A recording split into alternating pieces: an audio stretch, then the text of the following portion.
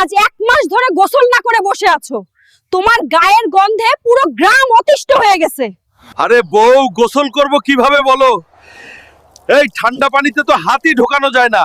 আরে বাবা, এই শীতে এমন গন্ধ, মনে হচ্ছে পুরো গ্রামটাই নষ্ট হয়ে যাচ্ছে। একজনের জন্য এত কষ্ট, হালকা 1 মাস ধরে গোসলই করে না। চেয়ারম্যান সাহেব 1 মাস ধরে হাল গোসল করে না।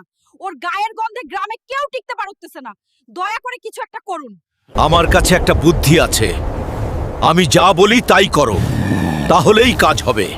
হালকা ভাই, তুমি এখানে? ভাবি তো পানিতে পড়েছে। তোর ভাবি তো সাঁতার পারে না। বউ, আমি আসতেছি তোমাকে বাঁচাতে। আরে পাগল, আমি তো পুকুরে পড়িনি। তুমি 1 মাস ধরে গোসল করো নাই, তাই আমরা সবাই মিলে এই বুদ্ধিতে কাজে লাগালাম।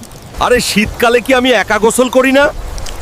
যারা আমার ভিডিওতে লাইক সাবস্ক্রাইব করে না, তারা তো গোসল করে দেখো।